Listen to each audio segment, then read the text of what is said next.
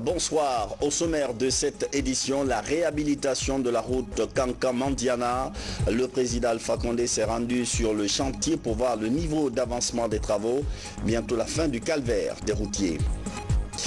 Les routes, véritable préoccupation, 186 millions d'euros vont être injectés dans la réhabilitation des voiries urbaines de Conakry. Le projet est adopté à l'Assemblée nationale. Il inclut la nationale numéro 1. Immersion ce soir dans l'univers des artisans. La foire artisanale de Guinée tient toutes ses promesses. La baie vibre au rythme de création à découvrir ce soir.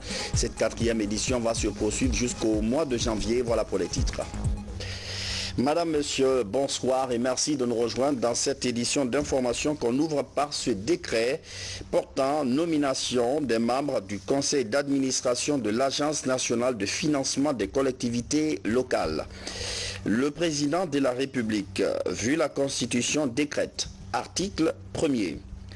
Les hauts cadres dont les prénoms et noms suivent sont désignés en qualité de membres au conseil d'administration de l'Agence nationale de financement des collectivités locales.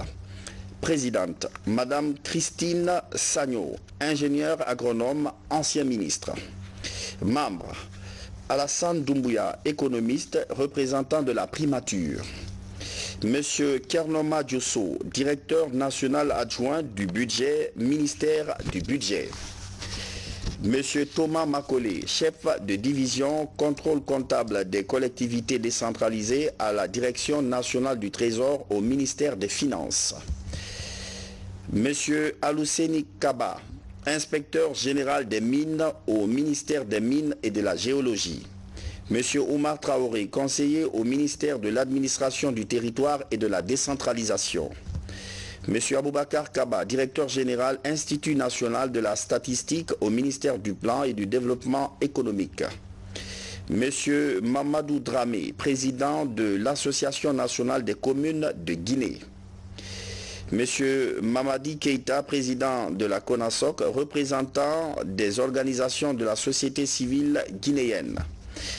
Représentant des élus locaux, un maire d'une commune urbaine de Conakry, un maire d'une commune urbaine de l'intérieur du pays, un maire d'une commune rurale. Article 2. Le présent décret qui prend effet à compter de sa date de publication sera enregistré et publié au journal officiel de la République. Conakry, 11 décembre 2018, professeur Alpha Condé. Cette audience du président Alpha Condé, il a reçu une délégation de l'Agence française de développement au menu des entretiens des sujets de développement. L'AFD est un partenaire important de la Guinée. Compte rendu d'audience, Abdul Karim Condé. C'est une forte délégation de l'Agence française de développement AFD de Paris, composée du futur directeur de l'AFD à Conakry et le directeur régional de l'AFD basé à Abidjan en Côte d'Ivoire. Une visite de revue de portefeuille, discutée avec le président de la République, professeur Alpha Condé, et les membres du gouvernement, rassurer le chef de l'État du soutien de l'appui de l'AFD à la Guinée. On est venu pour une visite de revue de portefeuille et surtout pour discuter avec le président et le gouvernement de nos financements à venir en assurant le président de notre soutien permanent pour l'appui au programme national de développement économique et social de la Guinée avec une augmentation de moyens à venir dans les prochaines années, sachant qu'aujourd'hui l'appui de l'AFD il est sur les secteurs de l'agriculture qui est un secteur stratégique, des infrastructures énergie et eau, et de l'éducation, l'emploi, la formation et la gouvernance, l'appui à la gouvernance de la Guinée. Et donc on va poursuivre cet appui sur ces secteurs-là avec, dès 2019, un renforcement des moyens, notamment en subventions. L'Agence française de développement a apporté un soutien de 100 millions de dollars à la Guinée en 2018 et elle compte apporter en 2019 120 millions de dollars. La route Kankan-Mandiana, les travaux reprennent après 2 ans d'interruption. Récemment, le président Alpha Condé était sur le chantier. Le chef de l'État voulait relancer ces travaux en insistant sur leur importance, notamment dans la liaison routière entre la Guinée et 2 pays voisins. Ansoumane Toumani Camara. Avant de lancer officiellement le redémarrage des travaux de construction de la route Kankan-Mandiana, le président de la République a parcouru les 17 km déjà terminés depuis 2 ans. Il a aussi visité la base logistique de l'entreprise Guiter qui exécute ces travaux.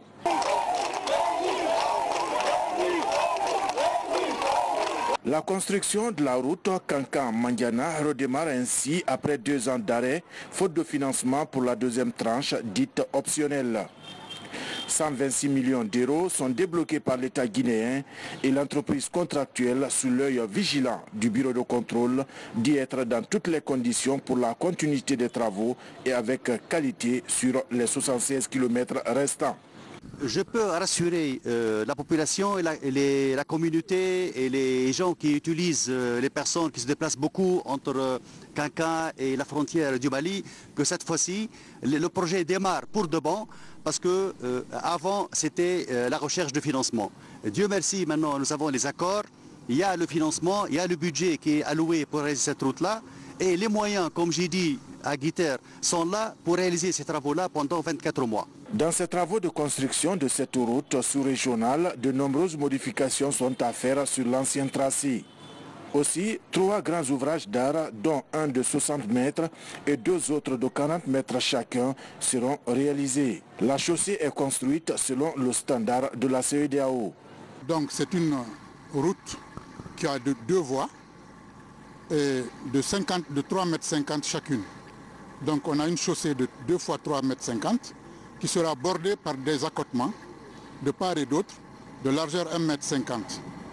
Et la chaussée, le corps de chaussée comprend une couche de fondation qui est en graveleux latéritique naturel, améliorée à 30% de graves concassés. Donc c'est de la lithostabilisation. Donc la couche de fondation sera en lithostabilisation. Et au-dessus de cette couche, on va poser une couche de base en grave bitume sur une épaisseur de 10 cm.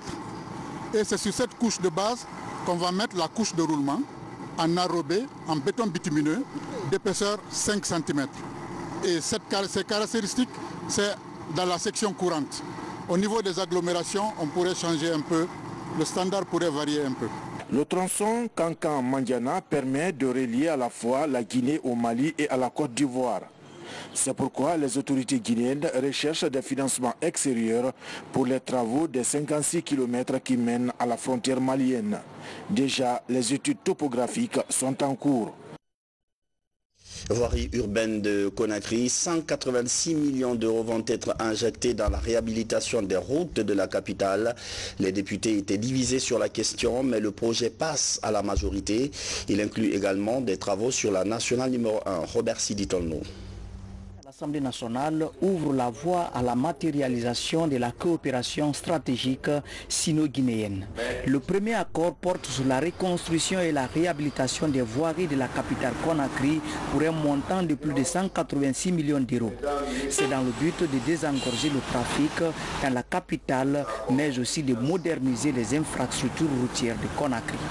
Le remboursement de ces prêts se fera par l'ouverture d'un compte séquestre qui sera alimenté par la taxe à l'exploitation et à l'exportation du minerai, toutes les taxes commerciales sur oxyde d'aluminium, toutes les amendes et pénalités et obligations, garanties, indemnités et compensations, droits d'entrée et toute autre taxe payée d'avance dans le cadre des projets de Chalco, CDM Enan et China Power Investissement.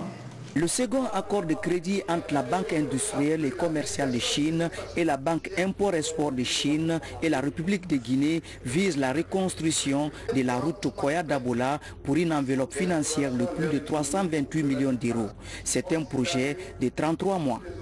Dans le cadre de ces 2 projets, le financement est en fait semi-concessionnel parce que la partie don qui vient de la partie Exim représente 23%. Donc on a 23% qui viennent sous forme de dons.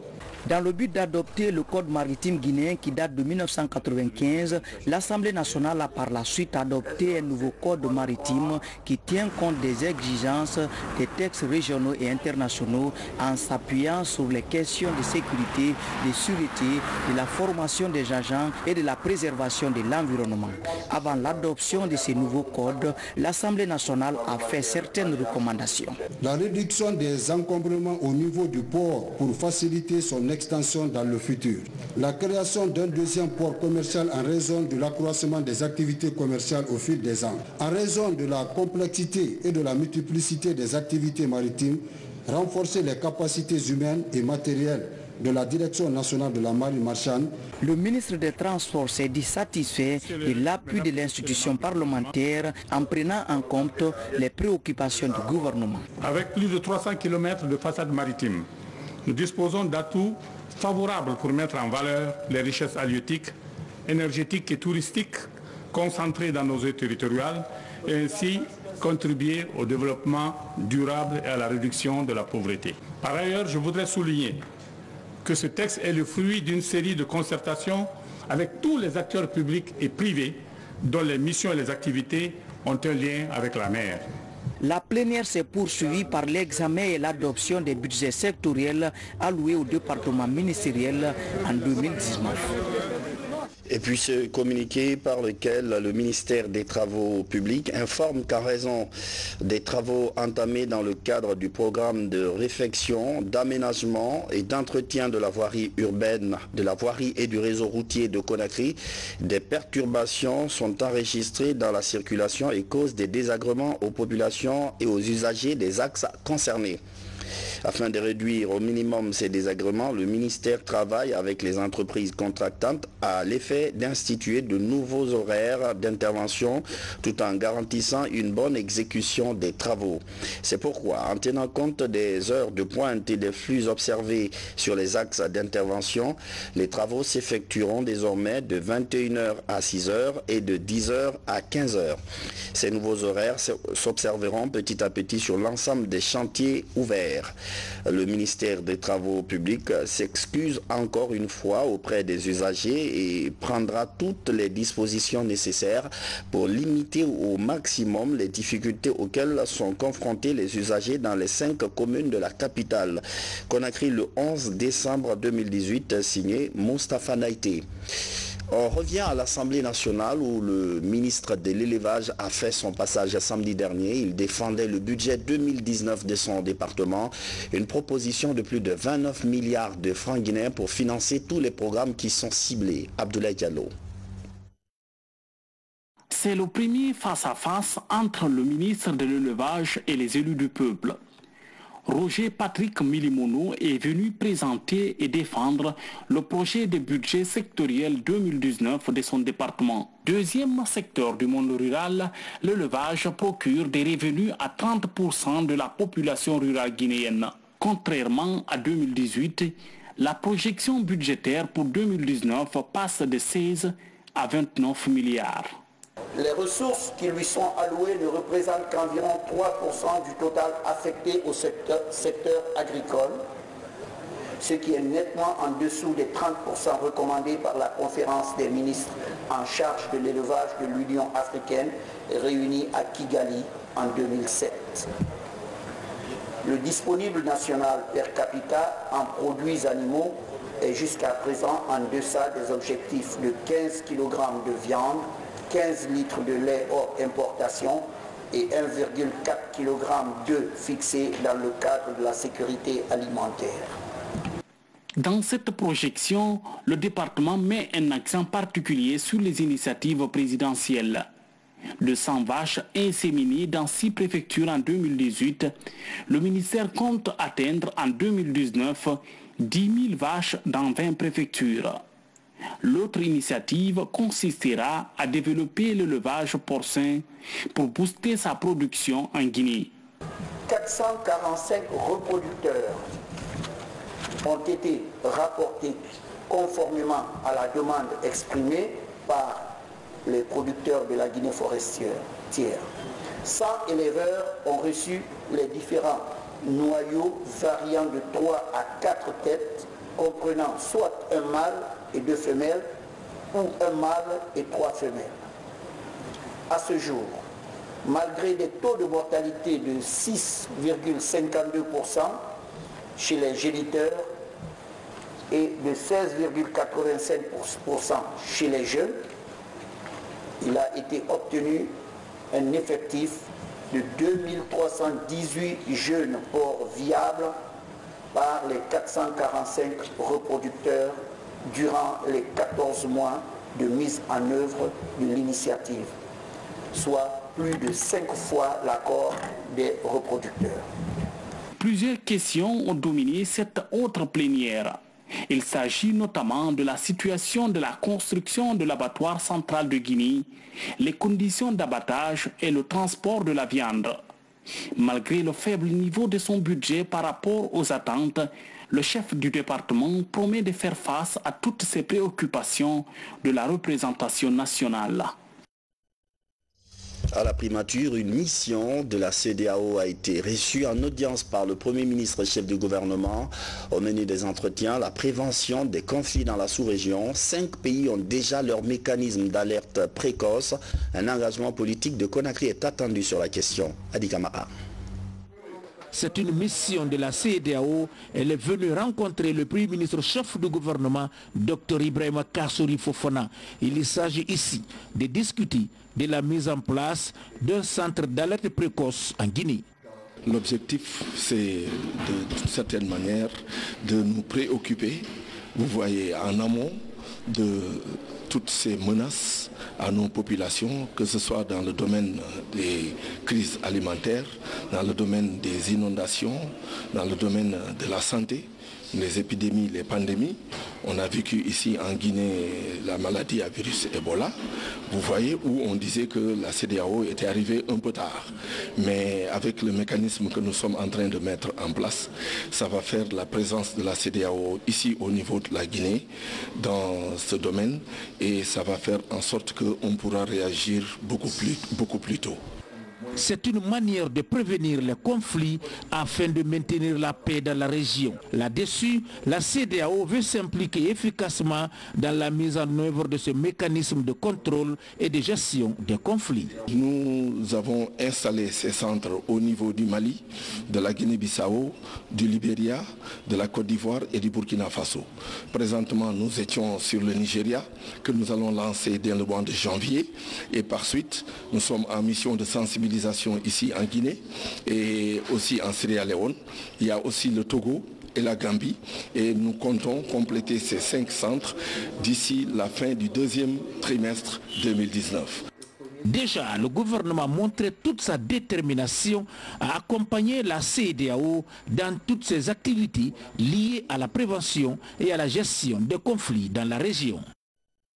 Il faut dire que cette campagne est une initiative des chefs d'État de la sous-région. L'objectif est de résoudre les crises en amont. Les centres de coordination sont des structures de prévention. Leur rôle est de contribuer à la consolidation des acquis de la démocratie. Maurice Sidibé. En 2015, les chefs d'État de l'espace CEDEAO ont décidé de mettre en place des mécanismes nationaux d'alerte précoce et de réponse. La création des centres d'alerte dans chaque pays membre est une nécessité pour mieux prévenir les conflits et garantir la paix et la sécurité dans la sous-région. Ce centre qui va se situé sous l'ancrage du Premier ministre de la République de Guinée va permettre de travailler avec tous les ministères concernés, avec la société civile, les médias, toutes les parties prenantes pour aider à prévenir les risques que nous courons aujourd'hui dans la sous-région, de vite conseiller les chefs d'État sur la réponse à apporter à toute situation de crise dans chaque pays. Il faut prévenir, mais ne pas attendre que la crise soit là pour intervenir. Souvent, c'est trop tard et on n'arrive plus à maîtriser. Lorsque ce centre est créé, c'est là où les femmes peuvent intervenir. Elles peuvent intervenir. Et quand on prévient les conflits, je ne dis pas que ça, on peut l'éviter, mais nous pouvons quand même relativiser. Dans 5 pays de l'espace CEDEAO, ce mécanisme est déjà opérationnel. Les pays comme la Guinée et le Nigeria s'activent pour mettre en place ce centre d'alerte précoce et de réponse aux crises et aux défis sécuritaires avant avril 2019. Les pays déjà qui ont initié pour la première fois vont nous servir d'exemple. Nous allons nous profiter de leurs expériences pour renforcer davantage les capacités du centre qui sera mis en place dans notre pays. C'est une grande avancée pour la CEDEAO et de mettre en place dans nos pays des centres d'alerte précoce.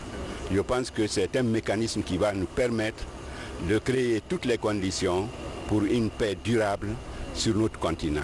L'initiative de la CEDEAO est de contribuer à consolider les acquis démocratiques, de prôner la paix et l'unité nationale en vue de bâtir une sous-région paisible et prospère.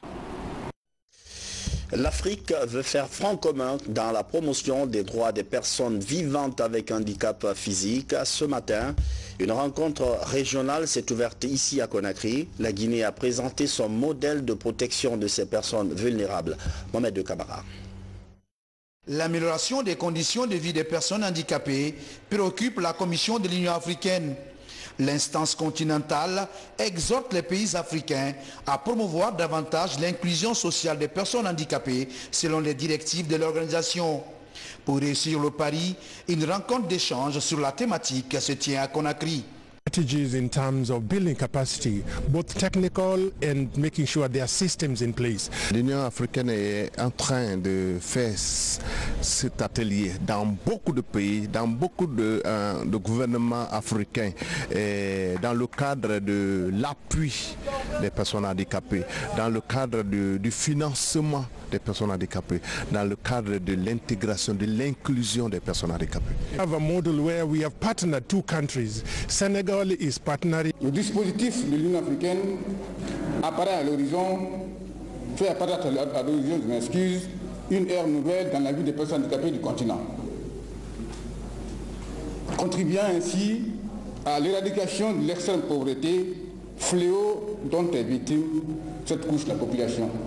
En plus de ce dispositif, le gouvernement guinéen a mis en place un vaste programme d'inclusion touchant tous les secteurs socio-économiques de la vie de la nation guinéenne. Le renforcement de la coopération sud-sud dans le domaine de la mise en œuvre des stratégies régionales pour l'inclusion des personnes handicapées est bien accueilli par la Guinée. Ce projet de l'Union africaine cadre bien avec l'ambition du gouvernement qui s'est doté récemment des textes législatifs et réglementaires propices au bien-être de cette couche vulnérable. L'handicap constitue une priorité aujourd'hui au niveau du gouvernement. Il est en lien avec vraiment la vision d'une Guinée inclusive que Monsieur le Président de la République souhaite réaliser en République de Guinée. Alors, cette activité qui nous aide vraiment dans le renforcement des capacités pour pouvoir élaborer une stratégie inclusive aussi se situe dans le cadre de la réalisation du programme national de développement économique et social. Dans l'agenda 2063 de l'Union africaine, le respect de l'inclusion des personnes handicapées figure en bonne place. Ces 3 jours d'échange permettront aux acteurs de convenir des outils d'intervention en faveur des personnes à mobilité réduite sur le continent. Le ministère des Mines lance le FODEL, Fonds de développement économique local. Il s'agit d'un outil qui sert de trait d'union entre les sociétés minières et les communautés. Son rôle est de promouvoir le développement à la base à travers les retombées générées par l'exploitation des mines. Valérie Talimani. C'est la toute première étape de la phase d'opérationnalisation du Fonds de développement économique local. La zone économique spéciale de Bokeh abrite les travaux. Les préfectures de Koundara, Gawal, Fria, Boufa, Télimélé et Dinguiraï assistent à la mise en œuvre du FODEL. Ce fonds de développement économique local devra enfin permettre aux communautés riveraines des zones d'exploitation de mieux profiter des retombées de la valorisation des ressources minières. Dans le cadre des réformes engagées dans le secteur minier, dès 2011, avec le nouveau code minier, le chef de l'État a tenu à ce que le développement des communautés soit au cœur du développement minier. Et c'est pour cela qu'il a instruit qu'une partie de ces revenus-là soit payée directement au niveau des collectivités. Nous avions vu quelques essais, mais il a généralisé ça à l'échelle de tout le pays. C'est dans ce cadre-là que le Fonds de développement économique local a été institué. D'un ordre de 0,5% du chiffre d'affaires annuel versé par société minière, les montants réunis par cette action nécessitent cependant une gestion rigoureuse et équitable des fonds. Des bénéfices exclusifs destinés aux populations bénéficiaires à travers la prise en compte des activités d'autonomisation des femmes et des jeunes. Jamais un fonds comme ça n'a été mis à la disposition des collectivités, donc c'est une première, grâce au gouvernement du professeur Alpha Condé. Deuxièmement, les collectivités qui vont recevoir cet argent auront une satisfaction quant au programme de développement maintenant qu'ils vont élaborer. L'important pour nous, c'est faire en sorte que tout soit participatif. Notre contribution elle est primordiale, d'autant plus que les sociétés minières représentent la source principale d'alimentation du FODEL. Et vous n'êtes pas sans savoir que le FODEL sera alimenté principalement à partir des taxes minières. L'une des missions de la structure de gestion du fonds est la prise en compte de la question de redevabilité. Pour cela, les acteurs vont bénéficier d'une formation sur l'utilisation du manuel et des outils de gestion. Une formation qui va offrir également des capacités nécessaires de décaissement des ressources octroyées par les sociétés minières concernées. Insertion professionnelle des jeunes, l'ASCAD oriente ses modules de formation vers les besoins du marché de l'emploi. À côté, la structure aide les bénéficiaires de stages à monter leur propre projet. L'idée, c'est de développer l'entrepreneuriat jeune. Reportage Mounir Bari et Yaya Silla. Promouvoir l'émergence, l'autonomie, la responsabilité et l'esprit d'entreprendre, ce sont entre autres l'ambition de l'Agence du service civique et d'action pour le développement ASCAD. En partenariat avec le Mérite International, cette structure met sur le marché de l'emploi plus de 350 agents formés dans plusieurs filières. Nous apportons notre plus-value à l'ASCAD pour ces jeunes dans le cadre de l'insertion. Nous les prenons pour 9 mois de formation professionnelle, mais après, on a l'obligation de mettre ces jeunes-là au travail. Donc l'objectif de Mérite International colle parfaitement avec celui de l'ASCAD. Des filières comme l'hôtellerie, les BTP, la sécurité, la maçonnerie, la menuiserie, la soudure et la mécanique sont des filières enseignées. Après 30 ans d'appui au développement en Guinée dans divers secteurs, le représentant pays du Mérite International reconnaît la portée du partenariat avec l'ASCAD. Le programme Mérite est un programme d'éducation non formelle et équilibré, personnel pour les jeunes de 14 à 25 ans, dont il permet aux jeunes d'évoluer dans 4 secteurs. L'apprentissage de l'aptitude, donc l'aptitude, je voudrais donc dire, c'est qui est l'apprentissage des activités pratiques d'ordre économique, l'altruisme, le service communautaire. À travers ces séries de formations organisées à l'intention des jeunes Guinéens, l'Agence du service civique et d'action pour le développement contribue à la lutte contre l'immigration clandestine. À la baie, l'actualité, c'est la FAG, la foire artisanale de Guinée, un rendez-vous pour valoriser le potentiel touristique guinéen. Ce soir, au compte de cette 4e édition, nous nous sommes intéressés à quelques artisans, immersion dans leur univers pour découvrir leur savoir-faire avec Kerna Ousmane Diallo. Juste après avoir franchi le portail principal, le visiteur est d'abord marqué par la dextérité avec laquelle travaillent ces artisans, gardiens d'un savoir-faire ancestral. La foire artisanale de Guinée est pour eux une véritable aubaine pour promouvoir leurs produits et valoriser leurs talents. C'est à Golé. Si tu travailles et qu'on ne voit pas, cela n'a pas d'importance. Cette foire nous donne de la visibilité et favorise une meilleure vente des produits. Plus de 10 000 visiteurs sont attendus à ce rendez-vous annuel qui mobilise des artisans venus de toute la Guinée et des pays frontaliers. Un espoir dans la revitalisation du patrimoine culturel né de la volonté d'un groupe de jeunes à l'habit. Organiser un tel événement dans une ville située à 450 km de la capitale Conakry, il n'est pas facile de croire en de tels projets, surtout lorsque ce sont les jeunes qui prennent le devant. Et encore une fois, pour ceux qui ont eu l'expression de dire que les jeunes ont du talent et les jeunes peuvent le faire, j'aimerais le certifier ce soir que les jeunes Guinéens peuvent réaliser leurs projets. Ces jeunes sont en train de faire de l'exceptionnel et de l'extraordinaire. Parce que quand l'artisanat s'accommode avec la culture, mais alors c'est un progrès. Et la culture, rappelez-vous que c'est ce qui reste après tout. Avec les défis liés à la mondialisation, cet espace culturel est perçu comme un moyen d'inviter tous les acteurs à consommer les productions locales pour encourager les artisans à poursuivre leurs belles œuvres. Consommons guinéens. C'est à cette condition que nous pouvons aussi être sûrs et fiers de participer au développement économique de nos terroirs. En encourageant nos artisans, nous les aidons à donner un sens à leur travail, à consolider leur fierté de vivre du fruit de leur labeur. L'événement va s'étendre jusqu'en début janvier. Aux côtés des productions artisanales, les visiteurs peuvent découvrir des pièces muséales datant de plus d'un siècle et demi. Autre fait majeur, la participation de l'Université de l'Abbé pour créer un pont entre la recherche scientifique et le développement artisanal. L'histoire d'amour a duré un peu plus de 3 ans. La diplomate turque arrive au terme de sa mission en Guinée.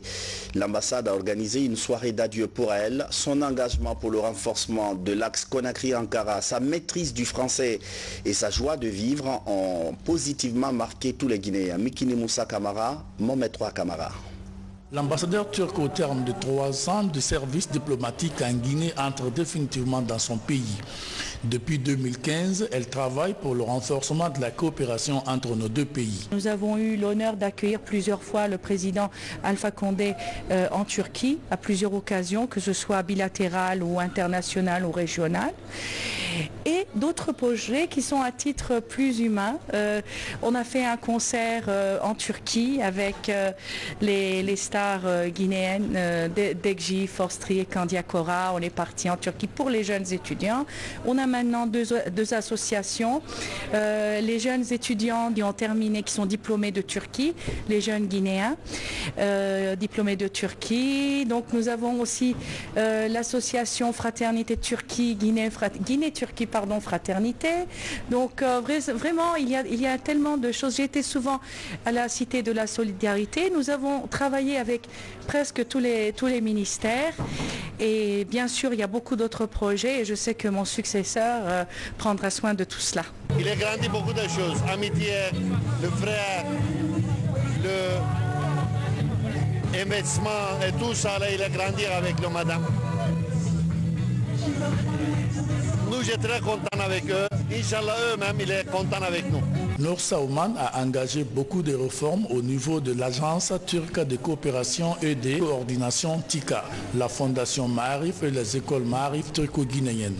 En 2017, elle a fait venir la compagnie aérienne Turkish Airlines et plusieurs entreprises en Guinée. Ces œuvres sont visibles dans des secteurs publics, économiques, culturels et construction également. Ce que je garde de cette grande dame, c'est son humanisme, son humilité, sa disponibilité. En fait, Madame Noum est africaine dans son cœur, dans son sang. Elle nous a habitués à elle. Elle a œuvré pour l'amélioration des conditions de vie, de bien-être vraiment des populations guinéennes. Quand je prends le cas du ministère de l'Action sociale, il n'y a pas ce qu'il n'a pas fait pour les personnes handicapées. Le 50 bus de transport public et les pièces de rechange, l'inauguration de l'usine militaire au camp Alpha Diallo, les investissements notamment dans les secteurs portuaires, énergétiques, hydrauliques sont des initiatives de Nour Saouman ces derniers mois en Guinée. Bientôt une grande opération coup de balai à Dubrika. La campagne se prépare activement. Les fils du terroir veulent débarrasser la préfecture de cet tas d'ordures et autres encombrants physiques. Cette opération d'assainissement est pour l'instant à sa phase de sensibilisation. Dabi Kamara. Notre capitale abrite à l'heure actuelle plus de 3 millions d'habitants. Naturellement, cette démographie n'est pas sans conséquences négatives sur l'environnement de la ville, comme la production en quantité d'ordures ménagères. Pour les amis de la nature et de l'environnement, il faut agir efficacement pour éviter à notre capitale de perdre son lustre. Cette ONG estime que l'implication de tout le monde constituerait la première étape à franchir, d'où justement l'organisation de cette campagne de sensibilisation à la mairie de Dubrika.